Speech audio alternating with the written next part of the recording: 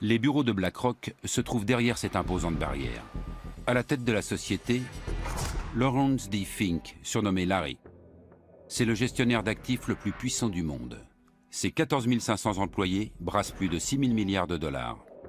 Aucune autre société au monde ne gère autant d'argent.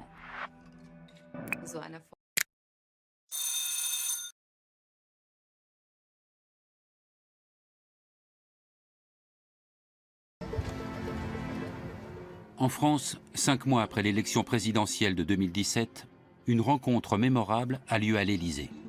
Emmanuel Macron invite des investisseurs, au premier rang desquels figure Larry Fink, le PDG de BlackRock.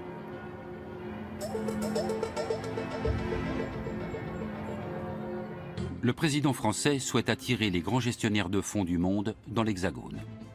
Voilà pourquoi il avait déjà rencontré Larry Fink à plusieurs reprises, peu après sa prise de fonction.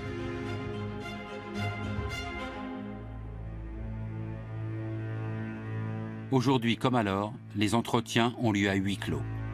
Macron ne veut aucune caméra. Nous sommes déterminés à aller jusqu'au bout de ce projet de loi parce que c'était un engagement de campagne qu'on a pris. On souhaite aller au bout de l'engagement que nous avons pris envers les Français. L'engagement, c'était pas l'engagement du président de la République. C'était le régime universel. C'était de réformer le système de retraite sans allonger la durée de vie au travail.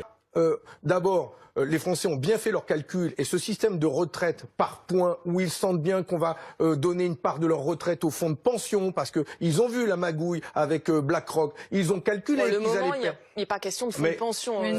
Enfin, quand dans le même temps qu'il y a cette réforme de retraite, dans le même temps, il y a la loi Pacte qui permet demain à des multinationales américaines comme BlackRock de pouvoir prélever des taux de cotisation directement sur nos pensionnés. Ça va être possible. Emmanuel Macron veut favoriser les privatisations en France.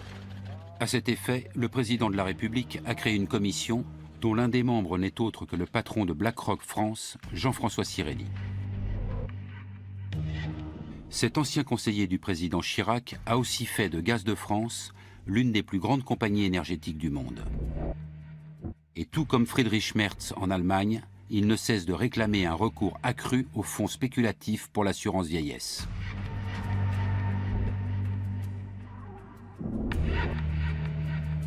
Vous aurez votre propre pension à vous que vous aurez bâtie. Mais ça, ce n'est pas juste. C'est en fonction. Non, mais c'est votre interprétation. Mais non. Soyons factuels. Pour le moment. Non, mais c'est votre interprétation. Soyons factuels.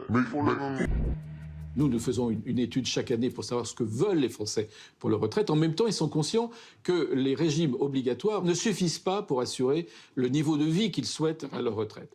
Et donc, je crois qu'il est très important qu'il y ait un nouveau pilier et qu'il y ait un nouveau pilier pour développer ces produits.